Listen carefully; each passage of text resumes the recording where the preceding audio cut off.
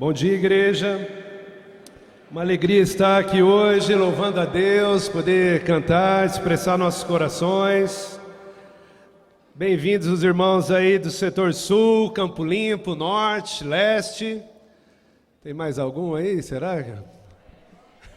Oeste. Campo Limpo, né? Bolívia. Puxa, sejam bem-vindas, irmãs da Bolívia. Por favor, fiquem em pé aqui para conhecermos. Sejam bem-vindas. La Paz ou Santa Cruz?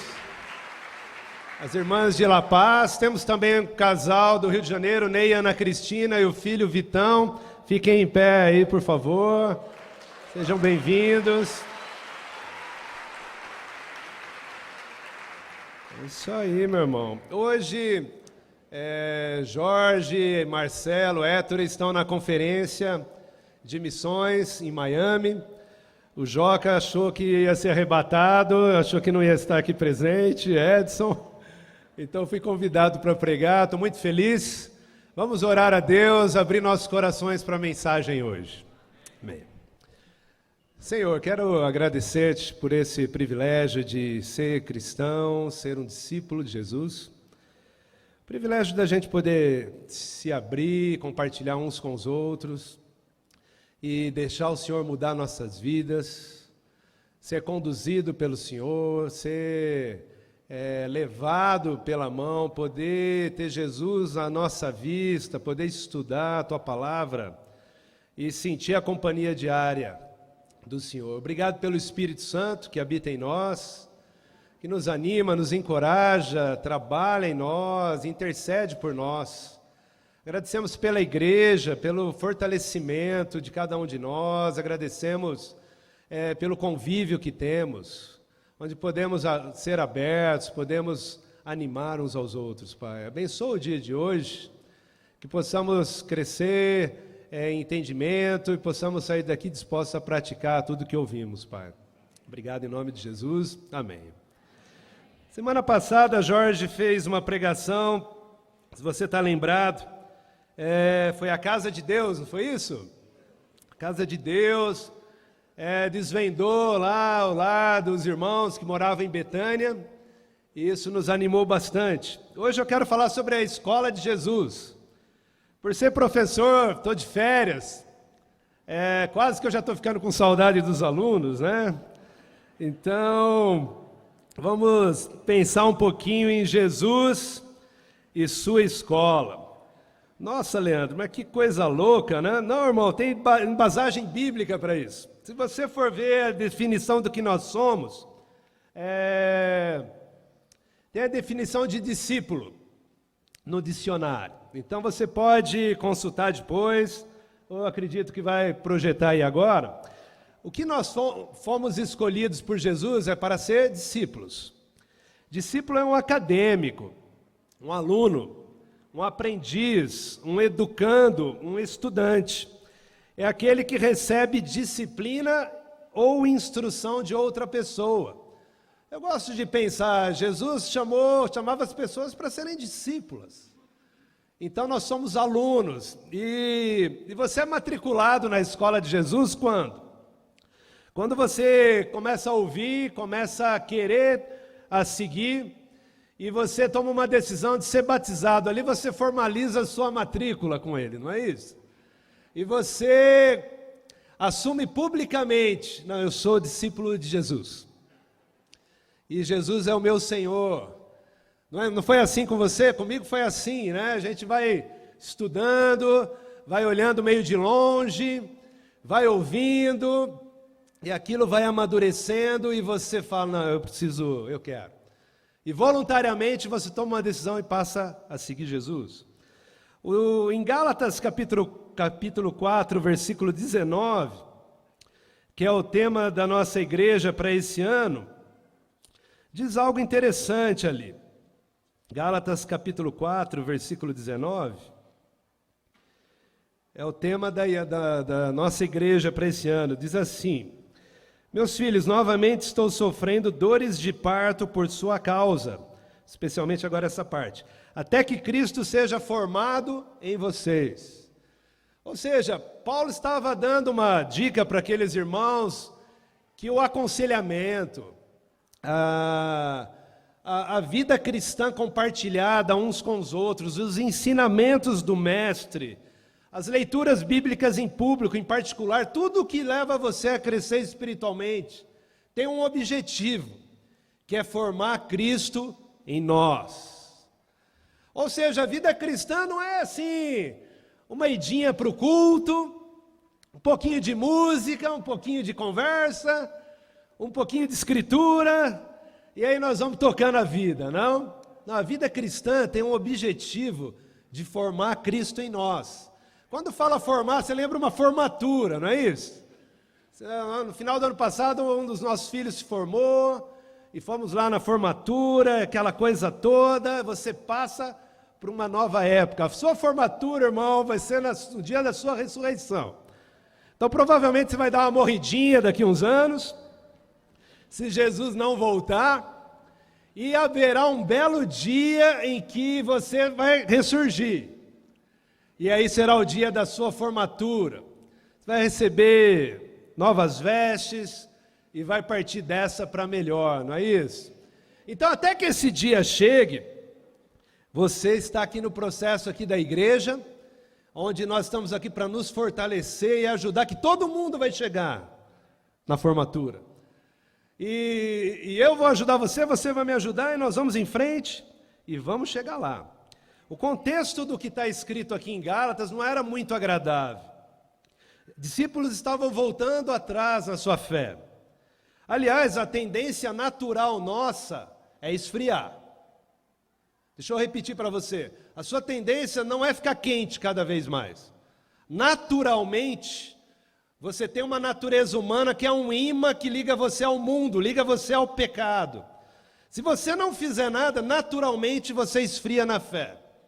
E você sabe disso por experiência própria. Quando você vive de maneira relapsa e relaxada, você vai vendo que a sua fé vai indo embora. Ou por alguns outros motivos, você pode estar esfriando. É a tendência natural. Assim como você tira algo do fogo e deixa em cima da mesa, em alguns minutos, vai esfriando a temperatura. E aí nós precisamos de Deus, da Bíblia, uns dos outros, para manter uma temperatura em nossos corações, que vão agradar a Deus. Os discípulos estavam naquela época querendo agradar mais a si mesmos. Quem que nunca foi tentado com isso? Não estou sentindo no coração. Essa história de não estou sentindo no coração, ou eu sou livre para fazer o que eu quero. Muitas vezes a liberdade é a desculpa para não amar alguém, não é assim? Não, ele tem a liberdade para fazer do jeito dele. Pô, você sabe que você pode ir lá amar o irmão, ajudar o irmão, e começa a usar umas palavras esquisitas para justificar pecado, né? Então, naturalmente, a gente pode tomar essas tendências. A igreja em Gálatas estava perdendo Cristo de vista e desenvolvendo tradições.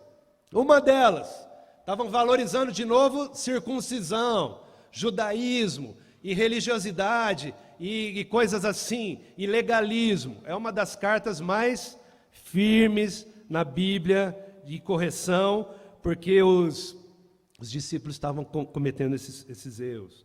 Esses são sintomas de alguém que está perdendo Cristo de vista e não vai chegar na formatura. Mas não é esse nosso objetivo, nós queremos ficar firmes até o fim. E precisamos da cura para todos esses sintomas. E Jesus fala que a cura para esses sintomas é ouvir a palavra de Deus, guardar a palavra no coração, isso ele ensinou um monte de vezes, e praticar. E praticar. Na escola de Jesus, esses eram os princípios: ouvir, guardar e praticar. Você já imaginou Jesus nos dias modernos montando uma escola? Você passa às vezes na frente de uma escola, aqui você aprende brincando, não é assim? É legal. Para pré, sim, é bom. Para outros, imagina a garotada de 15 anos, tudo brincando lá, tal. E tem hora que não é de brincadeira, tem matérias que não dá muito para brincar, para você aprender. Jesus, ele quer levar cada um de nós firmes até o final, não? Eu quero hoje entrar com vocês na Bíblia numa aula que Jesus deu, em João capítulo 6. E nós vamos tirar algumas lições para nós hoje. É a história da primeira multiplicação dos pães. E vamos adentrar agora nessa aula que Jesus deu, uma aula prática. Sempre havia uma prática para Jesus, não tinha aquela de ficar só ouvindo e sentar num banco. Precisava haver uma reflexão e uma ação também, não? Em João capítulo 6, versículo 1, a primeira multiplicação dos pães, a Bíblia assim diz: algum tempo depois, Jesus partiu para outra margem do mar da Galileia, ou seja, do mar de Tiberíades, e grande multidão continuava a segui-lo, porque vira os sinais miraculosos que ele tinha realizado nos doentes. Então Jesus subiu ao monte e sentou-se com seus discípulos. Estava próxima a festa judaica da Páscoa. Levantando os olhos e vendo uma grande multidão que se aproximava, Jesus disse a Filipe: onde compraremos pão para esse povo comer? Fez essa pergunta apenas para pô-lo à prova, pois já tinha em mente o que ia fazer. Filipe lhe respondeu: 200 denários não comprariam pão suficiente para que cada um recebesse um pedaço. Outro discípulo, André, irmão de Simão, Pedro, tomou a palavra. Aqui está um rapaz com 5 pães de cevada e 2 peixinhos. Mas o que é isto para tanta gente? Disse Jesus: mandem o povo assentar-se. Havia muita grama naquele lugar, e todos se assentaram. Eram cerca de 5.000 homens. Então Jesus tomou os pães, deu graças e os repartiu entre os que estavam assentados, tanto quanto queriam, e fez o mesmo com os peixes. Depois que todos receberam o suficiente para comer, disse aos seus discípulos: ajuntem os pedaços que sobraram, que nada seja desperdiçado. Então eles os ajuntaram e encheram 12 cestos com os pedaços dos 5 pães de cevada deixados por aqueles que tinham comido. Depois de ver o sinal miraculoso que Jesus tinha realizado, o povo começou a dizer: sem dúvida, este é o profeta que devia vir ao mundo.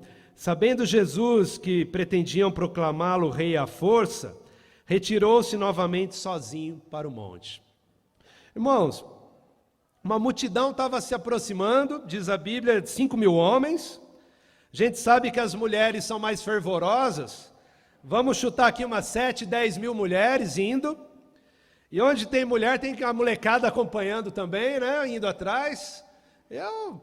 Aí você pode examinar quantas você acha. Eu calculo umas 5, 10 mil crianças também lá naquele bolo todo, não?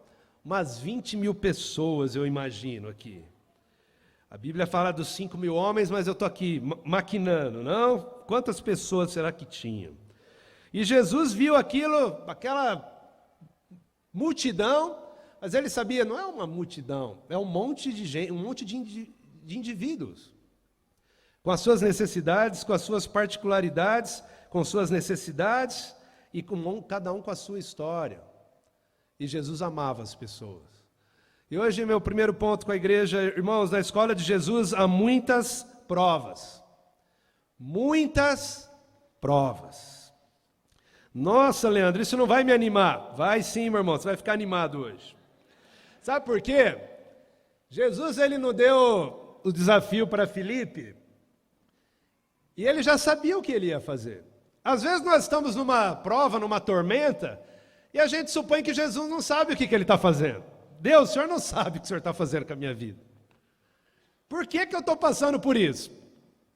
E você supõe, não, Deus não está por dentro desse assunto. Quero falar para você, Deus está muito por dentro da prova que você está passando, do desemprego que alguns estão passando, das dificuldades familiares, dos desafios na fé.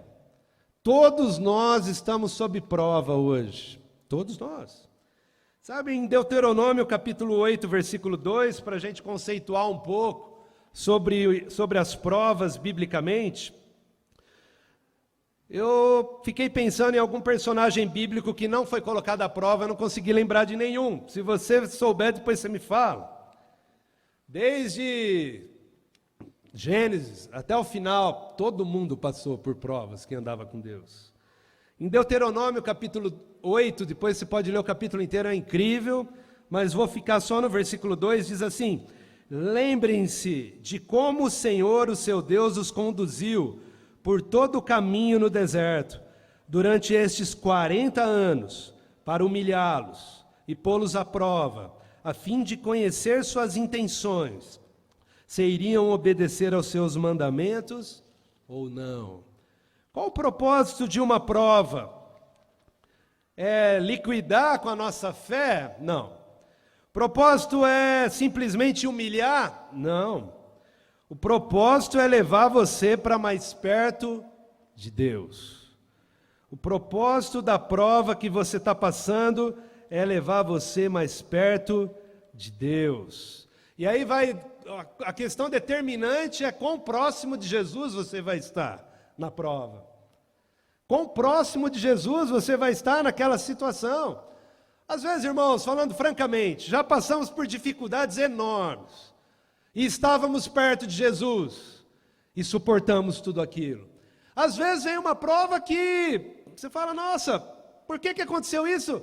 Pegou você desprevenido, com o coração orgulhoso, não perto de Jesus, e derrubou você. A questão não é o tamanho da prova, é quão perto de Jesus você vai estar na prova. Hoje, há muitas escolas em que os alunos são promovidos, passam de ano, sem fazer prova.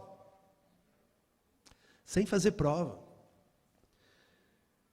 Não estudam, não todos, obviamente, há alunos que vão na escola estudam, mas há alunos que não estudam, ficam presentes lá de corpo, não fazem provas, não têm atitude alguma de aluno e passam de ano. A escola de Jesus não tem nada a ver com isso daí. De você chegar na hora que quer, com a atitude que quer e tal. Até pessoas ausentes eu já ouvi de serem promovidas. Não é que a pessoa estava presente. Não, pessoas ausentes, por meses, foram promovidas. Não repetem. Não precisam comprovar aprendizado. Esta não é a escola de Deus, a escola de Jesus. Jesus colocava seus discípulos à prova. E vários tipos de prova. O começo do capítulo já é uma prova. Jesus estava onde? No centro de Jerusalém para ter reunião, o lugar mais fácil? Não. No contexto com os outros evangelhos, você vê que ele tinha ido para um lugar deserto para orar. O lugar deserto é um lugar mais distante. Irmão, é um lugar sem metrô, sem linha de ônibus. Sabe essa mordomia de descer na Barra Funda, andar 1 quilometrinho, fazer uma caminhada e chegar com o coração batendo de 100 a 120 batimentos? Ainda queima umas calorias de lambuja. No deserto era diferente, irmão. E Jesus nem marcava o horário da reunião. O povo ia na esperança de achar ele lá. E chegava aquela horda de gente, aquela coisa toda, e cada um querendo mais do que o outro. Então, o começo do capítulo já é uma grande prova. Daqui a pouco Jesus chega no discípulo e fala, como vamos alimentar todo mundo? Jesus, vamos fazer uns cálculos aqui, mas acho que não vamos dar conta, hein? Muitas vezes a gente quer olhar as coisas de uma maneira humana, né? E querer resolver de um prisma humano, pela maneira como a gente entende ou tem experiência naquilo. Muitas vezes a prova que você vai passar não tem nada a ver com a experiência que você tem. Há algo inédito acontecendo e você vai ter que ficar ali com Jesus e aprender dele. Mais para frente aqui há uma tempestade, os discípulos, no mesmo capítulo, os discípulos pegam um barco, pegam uma grande tempestade e quase morre todo mundo. Super legal a prova, né? Você entrar num barco que fica no meio de uma tempestade. Tempestade em terra firme já é complicado, não é? Imagina uma tempestade no mar. Você já teve numa tempestade no mar? Uma vez, eu e Simone, nossos filhos não tinham nascido, estávamos numa cidade, vamos fazer um passeio de barco. Olha que romântico, né? Nossa, romance total. E melancia para a galera, bebida, água, todo mundo curtindo, tal. e mergulha numa ilha, mergulha na outra, que legal, né? De repente começou a fechar o tempo. Meu amigo, o povo começou a ficar apavorado. Tal. Tinha mulher apavorada, tinha homem apavorado, criança apavorada, todo mundo gritando, que negócio, e todo mundo teve a tendência de ir para o mesmo lugar. O capitão saiu do meio do barco lá, deu um berro com a galera, botou todo mundo no conversa, mandou calar a boca. Nossa, você é orgulhoso, você ia lutar naquele dia, né? Todo mundo né? Mandou todo mundo ficar quieto, que estava atrapalhando, e conseguimos chegar no cais lá, e saiu todo mundo. Pergunta se houve cavalheirismo na hora de sair do barco. Então, que legal, né? Tempestade, Jesus foi andando lá, que legal. Meu amigo, imagina um negócio lá. Saindo da tempestade, a multidão consegue ir atrás de Jesus e vai para um dos sermões, eu acho que talvez foi o mais forte na Bíblia, é o sermão de João 6. E Jesus começa a falar de quem não comer da carne, não beber do sangue. O desafio foi tão forte que alguns discípulos pararam de seguir naquele momento. Deus quer saber o que está no nosso coração. Ele quer saber se o teu amor é só para os bons momentos, para as calmarias, ou se o seu amor é para sempre, se o seu amor também... Assim como deve ser o amor entre uns e outros aqui. A gente não pode amar a pessoa só quando está tudo bem. E quando o irmão está em pecado, você vai só ficar criticando e olhando de longe? Não, você tem que amar também, ir lá ajudar, resgatar o irmão, aconselhar com mansidão, temos que ir lá ajudar. É assim que pessoas têm me ajudado, né? Então, esse capítulo de João 6, se fosse só João 6 na Bíblia, já tem prova um monte. A nossa vida, de tempos em tempos, é provada. Normalmente, há algumas pessoas que gostam mais, apreciam mais as provas. Alguns são mais sensíveis. Cada um de nós é diferente. Eu me lembro... pouco mais de 10 anos atrás, eu passei por provas duríssimas na fé. Provas que minaram minha fé, que me levaram a perder a emoção de servir a Deus, que me tornaram um esquenta-banco numa igreja. Mais que isso, li a Bíblia, como o Fernando falou ali, comecei a ler mais rotineiramente, me acostumando com coisas que não deveria estar me acostumando, e desenvolvendo raiva e amargura com Deus. E isso ia me enfraquecendo. E eu olhava as coisas com um prisma crítico, com o que Deus estava fazendo. Havia saído do ministério da Igreja de Belo Horizonte, a incrível Igreja de Belo Horizonte. Fui para Sorocaba, estava aguardando resposta para um concurso público. Irmãos, eu preciso compartilhar isso com vocês. Tinha estudado tanto para esse concurso. Era um concurso com 5 fases. E chegou um belo dia que eu olhei, fase 1, aprovado, meu nome estava lá. Fase 2, aprovado. Fase 3, aprovado. Fase 4, aprovado. Fase 5, meu nome não estava lá. Falei, o que está acontecendo, cara? Deu uma sensação horrível, cara. Deu um sentimento ruim. E eu fui reprovado por um exame médico, por detalhes de décimos. E eu não consegui aceitar aquilo. Arrumei um advogado, entrei na justiça, consegui uma liminar, fui para o curso de formação, acreditando, não, Deus vai abrir as portas, eu preciso ser perseverante, preciso acreditar na vitória, ter fé. Houve o julgamento do primeiro juiz, perdi naquela instância. Subiu para a segunda instância, 3 juízes iam julgar, de maneira unânime eu perdi também. Aquilo me deixou muito, muito chateado, cara. Passei, um pouco antes de sair esse resultado, estava estudando muito, falei, se der errado, né? Plano B, vamos fazendo outras coisas.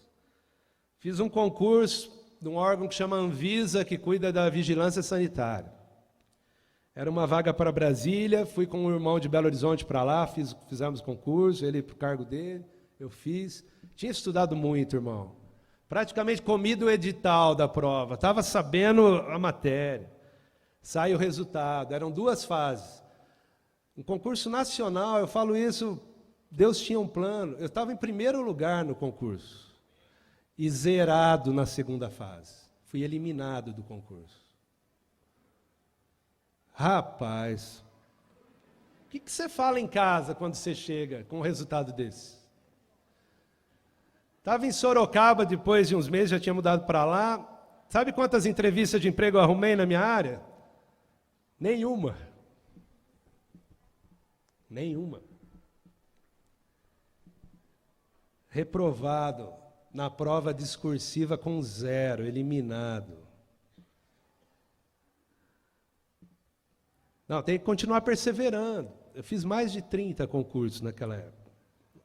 Mais um outro, eu fiz um de um órgão que chama Ministério Público da União. Escolhi um cargo, estudei muito, passei em 3º lugar, aqui para o estado de São Paulo. Ou São Paulo ou Campinas. Falei, Deus vai se agradar, né? Chamaram 2 pessoas. Nunca chamaram o 3º colocado. Faz 12 anos que isso aconteceu.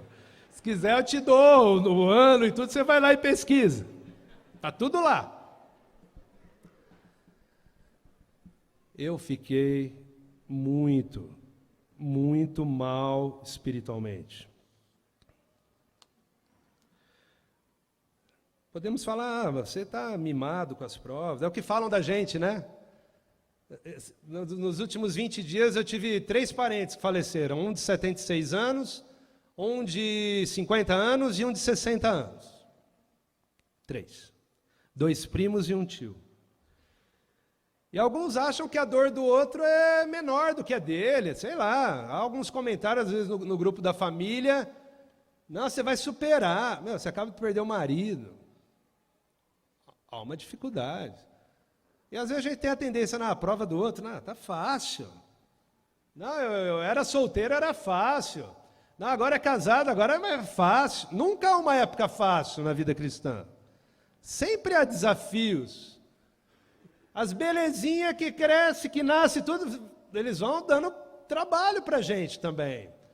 Cada fase de um filho é uma fase diferente, a gente precisa sempre aprender. Há desafios profissionais e um monte de coisa. De caráter. Há desafio para ser puro, para ser honesto, há desafio para todo jeito. Para não ser egoísta, para dar o seu melhor. Irmãos, às vezes entramos em algumas provas que prova mesmo, não? Graças a Deus, sou casado com uma discípula que não deixa a coisa barata lá em casa. Ela olhou aquela cara meio estranha, aquele coração lá, ficando meio esquisito, e sentou um dia comigo e começou a fazer pergunta para mim. Um monte de pergunta. Não chamou o irmão para estar lá, não. Ô irmão, vem cá ajudar meu marido. Não tinha irmão, não, cara. Sentou ali, caboclo, e arrepiou. Arrepiou. Fez um monte de pergunta. Difícil. Aí você tem 2 opções. Ou você se abre, ou você vai pela tangente. Graças a Deus eu escolhi me abrir. Falei o que eu estava sentindo, falei o que estava acontecendo. Uma pergunta leva a outra, não foi uma conversa agradável. Mas ela entrou com a Bíblia comigo, e orou, e fez estudo bíblico comigo, colocou Deus em perspectiva, e entrou, e acompanhou. E todo dia, começamos a fazer tempos com Deus juntos, todos os dias. Às vezes, irmão, você precisa de alguém. Ah, mas eu sou muito forte. Às vezes você vai precisar de alguém que vai te pegar pela mão e vai te... E ela ajudou, e orávamos.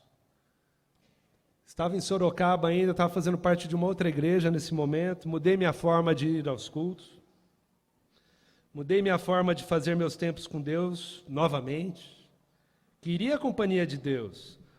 E algo que eu fiz que me ajudou muito, tinha um bloquinho desses que você compra em livraria, e um versículo em cada folha, e andava com aquilo o dia inteiro. Tinha passado já em outro concurso para dar aula, depois num outro, graças a Deus. Deus foi abrindo as portas, amém. Mas, irmão, parava no meio do dia, escritura lá, meu amigo. Você precisa encher a mente com as escrituras. Você precisa se consumir com a presença de Deus. E isso tudo ia me ajudando, ia me fortalecendo passo a passo. Não acontece da noite para o dia, irmão. Às vezes você foi enfraquecendo gradativamente, você tem que ir voltando dia a dia, perseverando, dia a dia. A Bíblia fala sobre as provas em Tiago, capítulo 1, versículo 2. Vamos lá comigo. Tiago, capítulo 1, versículo 2. Diz assim: meus irmãos, considerem motivo de grande alegria o fato de passarem por diversas provações. O resultado final vai ser bom. Deus vai purificar. No versículo 12 diz: feliz é o homem que persevera na provação, porque depois de aprovado receberá a coroa da vida que Deus prometeu aos que o amam. Ou seja, irmãos, as escrituras têm que nos ajudar, e precisamos estar lá buscando ajuda. E propósito do casamento, irmão, não é a família doriana a gente construir, é um ajudar o outro a chegar no céu. Não perde isso de vista. Os filhos, que belezinha, vamos formar todos os barrigudinhos lá de casa, né? Esse aqui está formado nisso, esse aqui está nisso. O propósito da vida vai além. É formar espiritualmente Cristo nos filhos, ajudá-los a terem uma fé autônoma, que eles vão desenvolver pessoalmente o relacionamento com Jesus. É assim. Grande alegria. Irmãos, eu não sei que prova você está passando. Só essa semana eu recebi que no grupo que a gente faz parte, 3 pessoas estão desempregadas. Nós vamos orar, nós vamos ajudar no que for preciso. Há provas de todos os jeitos, e eu sei que cada um de nós está numa, ou em algumas, ou em várias. Persevere com Deus, meu irmão. Chega mais perto, sabe de quem? Não da prova, chega mais perto de Jesus. E Ele vai ajudar você a superar. A segunda coisa que eu queria falar hoje, na escola de Jesus, há muitas recompensas. Falou de recompensa, já abriu um sorrisão, né? Ufa, que beleza, né? Que beleza. Essa semana estava lá com o grupo que a gente faz parte, ninguém mandando mensagem nenhuma. Irmãos, eu vou ser mais aberto agora, irmãos do grupo. Estávamos no egoísmo tremendo, né? Ninguém compartilhando nada. Aí eu lancei uma pergunta, falei: será que veio o arrebatamento, só eu fiquei? Não, eu também, Leandro, estou aqui. E tal, que beleza, né? Achei que todo mundo tinha ido e eu ficado, né? Que horrível que seria, né? Há muitas recompensas, irmãos, na vida cristã. Eu queria focar com vocês, lá em João 6, o rapaz que entregou o lanche. Olha, irmãos, no meio de uma multidão, chega André com um rapaz com 2 peixinhos e 5 pãezinhos. Se fosse você, o que você faria? Eu deixaria um pãozinho escondido no bolso. Jesus, o senhor marca culto no deserto, o que eu tenho a ver com isso? Não é assim? O povo vem desprevenido, veio porque quis, não é? Por que não fez um pãozinho em casa? Né? Por que não pescou lá uma sardinha, lá, um bagrezinho lá, não preparou? O povo é folgado, não é assim? Povo folgado, tá nem aí. Eu pensaria assim: um peixinho de um lado, um pãozinho do outro. Ô André, onde você disse 2 peixinhos e 5 pãezinhos, leia-se: 1 peixinho e 4 pãozinhos. Não vem não, meu filho. Vou garantir o meu aqui primeiro, né? que você faria? Você entregaria tudo? Ah, a gente é tão bom, né? A gente entrega tudo, né? Entregaria tudo para Jesus? Eu não sei com qual atitude ele entregou o lanche, mas que entregou, entregou, não é assim? Às vezes ele falou, aí, o André já pega o lanche, já não sei como é que foi essa cena. Eu não sei. Se ele teve uma boa atitude, uma atitude mais ou menos, uma atitude ruim. O fato é que Jesus pegou e multiplicou. Irmão, há um lanche aí na sua mão que é seu. E ele é suficiente, muitas vezes, para alimentar uma multidão. Algo que só você pode dar na igreja. Só você pode dar algo lá. Na sua igreja em casa, aqui. Jesus te escolheu e tem um plano, e Ele sabe que você é tão importante que é algo que só você pode fazer. Se você não fizer, ninguém vai fazer. E esse rapaz, que não sabemos a atitude dele, ele viu aquele lanche se multiplicar. Como você acha que ele se sentiu?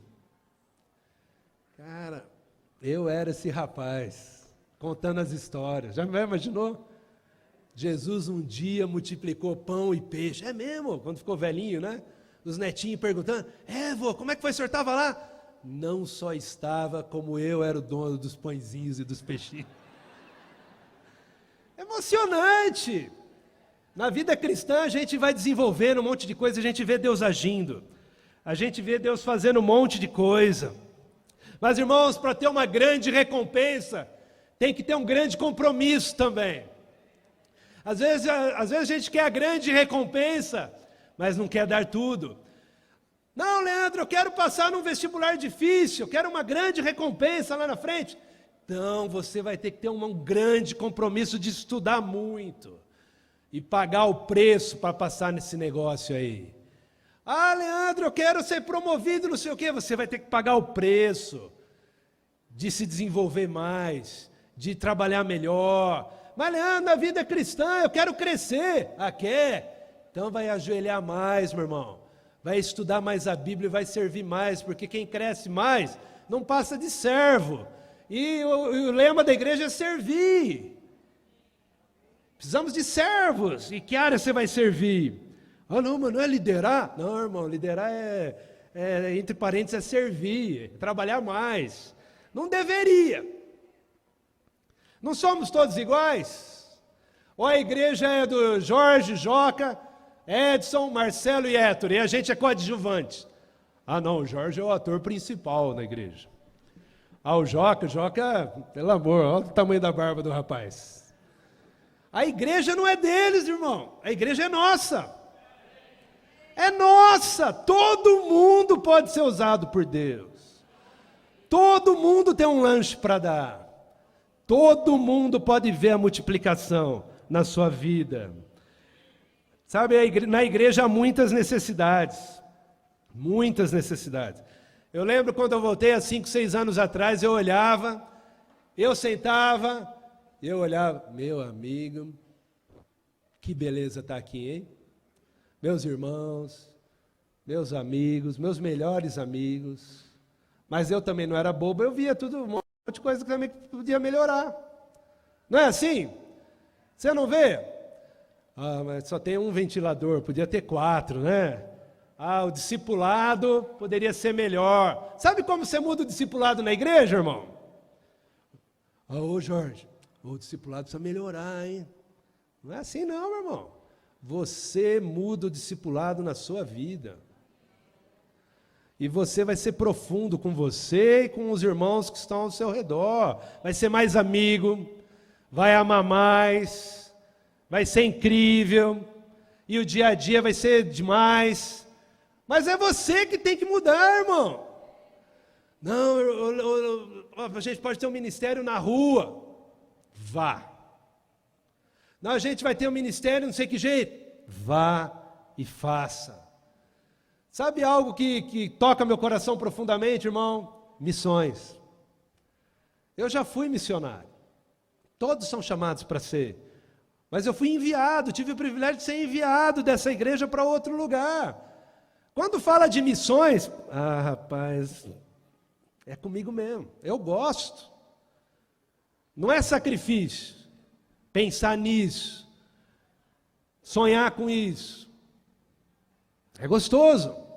Talvez para você tem outras áreas na igreja que é gostoso para você. E Deus quer desenvolver você. Vai lá, meu irmão, entrega o lanche inteiro. Para de segurar esse peixe aí que vai estragar no bolso aí. Entrega o lanche que Jesus vai multiplicar. Em qual área da igreja você tem que ver que tem que ser mais forte? Vai lá e ajuda, irmão. Se levanta, vai lá e ajuda. Você está vendo que nos namoros está precisando mais ajuda? Vá lá e ajuda o casal, meu irmão. Você está vendo nos casamentos que a gente pode às vezes se divertir mais? Irmão, eu quero ter um jantar dançante com a minha esposa e ninguém promove, irmão. Quem sabe você vai promover, a gente vai lá. Ai, cada música, né, irmão, que dá para a gente dançar. Não é assim? Vai lá, pega essa dica, promove, eu vou ser o primeiro a comprar o ingresso lá para você. Em qual área? Os solteiros, sei lá, há algo que pode ser feito lá. E é você que vai ter o peixe e o pão, vai lá. A igreja não é dos líderes. A igreja é de Jesus. E eu estou querendo dizer, não é mal deles, estou querendo dizer que nós precisamos estar do lado deles. E repartir o trabalho, e repartir tudo. É essa a essência que eu tenho aprendido na vida cristã. Todo mundo tem algo para dar, todo mundo é importante e todo mundo é protagonista. Ninguém foi chamado aqui para ser, sabe aqueles que aparecem uma pontinha no filme? Eu trabalhei no filme, às vezes eu escuto, né? Até um sobrinho meu ganhou Ciência Sem Fronteira, passou um ano nos Estados Unidos, aparece ele num filme lá na rua, filmaram ele, eu vi, cara. A gente não é chamado como discípulo para fazer pontinha em filme. A gente é chamado para ser protagonista da nossa vida. Protagonista da nossa vida espiritual. Você está entendendo, irmão? Nós estamos sonhando agora com a implantação de Ribeirão Preto. Quem vai orar por Ribeirão Preto? É o Leandro e a Vânia só? Não, Ribeirão Preto? Leandro e Vânia, conversa com eles. Irmãos, todos nós temos que estar sonhando com as implantações. E várias outras que podem surgir. Não há regra, vai surgir um monte mais ainda. Quem que vai? Sabe, irmãos, há 22 anos atrás eu fui para um time missionário. Hoje o sonho de muitas pessoas é passar num concurso público, não é isso? Tinha 2 irmãos no time missionário, que eram concursados aqui. E eles foram. Mas naquela época era mais fácil. Mais fácil? Nada. Tinha mudado a moeda no país. Nem tinha uma moeda direito. Antes de chegar no real era o RV, não sei se você lembra disso. O RV, a gente ganhava em URV. 2 dos irmãos que foram, um está aqui na igreja, exoneraram dos seus cargos. Exoneraram. Outros deixaram pós-graduação. Outros deixaram bons empregos. Outros deixaram família. E deixaram um monte de coisa. E foram para amar uma cidade onde mais da metade dos 14 que foram nunca tinham pisado. Nunca. Imagina você mudar para um lugar que você nunca viu. A maioria não tinha pisado em Belo Horizonte. A minha esposa era uma. Eu tinha ido com o Joca lá para espionar a terra. Comemos pão de queijo. Vida dura, né, Joca, aquela viagem. Erramos até o caminho para chegar em Belo Horizonte. Minha esposa mudou, ela nem sabia qual que era o sotaque do negócio. Mas sabe, irmãos, valeu a pena. Quero falar algo com você que é universitário, jovem, solteiro, casado, viúvo. Não sei. Às vezes é você que Deus está escolhendo para querer ir. Você só vai precisar se abrir e ir. E confiar em Deus. Não espere muitas recompensas humanas. Se elas virem, amém. Não vá com esse pensamento, vá com o pensamento de amar Jesus, na sua igreja em casa. Ame Jesus. Irmãos, às vezes precisamos ficar mais maduros. Ai, fulano lá na minha igreja em casa olhou feio para mim. Pensa coletivamente. Precisamos parar às vezes de levar as questões pessoais. Temos que ser mais maduros. Temos que crescer. Pensar no bem maior, que é na igreja. E resolva as situações que você tem que resolver. Jesus espera que nós vamos ficar firmes nas provas. Você vai entregar todos os seus talentos? Todos? Quando eu cheguei e era novo cristão, eu vou falar essa experiência porque me marcou. Eu arrumei alguns empregos para dar aula, tinha um monte de alunos, mas na igreja eu não estava dando tudo o que eu podia. Um irmão chegou para mim e me confrontou, falou: o que você está esperando? Você não serve muito no mundo? Por que você serve menos na igreja? Você não é cristão? Ora, irmãos, todos nós nos desdobramos no nosso emprego, na nossa vida. Ai de você se não desdobrar. E na igreja? Estamos dando tudo? Precisamos dar tudo, irmãos. Todo o nosso talento. Usar o nosso tempo, os dons e finanças e fé e ser parte das mudanças que vão ter aqui na igreja. É isso que eu queria compartilhar com vocês, irmãos. Amo muito vocês, é um prazer fazer parte da igreja. Que nós possamos crescer muito esse ano, até a formatura, quando Jesus assim o quiser. Muito obrigado. Vamos prosseguir com o culto. Muito obrigado.